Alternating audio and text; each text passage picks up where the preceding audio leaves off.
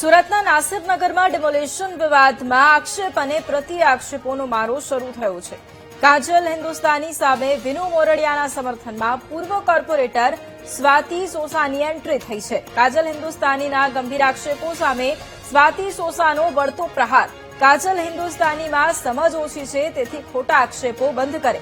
વિનુ મોરડિયા હિન્દુ સંગઠનો સાથે કામ કરતા રહ્યા છે। વિનુ મોરડિયાએ માત્ર એટલું જ પૂછ્યું કે ડિમોલેશન કોણે કર્યું। કોર્પોરેશનને હાથ ખંખેરી નાખ્યા એટલે વિનુ મોરડિયાએ સવાલો કર્યા।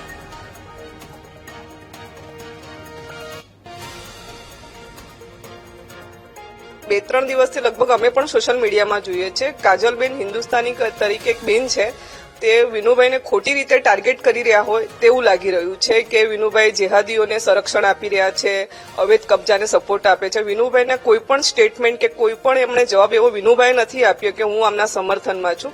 વિનુભાઈ ફક્ત એક જ સવાલ પૂછ્યો હતો કે ભાઈ આ ડિમોલેશન કોણે કર્યું, અને એ ધારાસભ્ય છે, એમને પૂછવાનો અધિકાર હોય છે, એમને પૂછ્યો હતો। એટલે ખોટું કાજલબેનને કોઈ મિસગાઈડ કર્યું હોય એવું આમાંથી દેખાઈ રહ્યું છે। કાજલબેનને કદાચ સુરતનું ભૂગોળ ખબર ના હોય અને પૂરી માહિતી ખબર ના હોય, કોઈના દ્વારા કદાચ એમને ખોટું બ્રીફિંગ કરવામાં આવ્યું હોય એવું દેખાઈ રહ્યું છે। અત્યારે તો બે ત્રણ દિવસથી લગભગ અમે પણ સોશિયલ મીડિયામાં જોઈએ છે કાજલબેન હિન્દુસ્તાની તરીકે એક બેન છે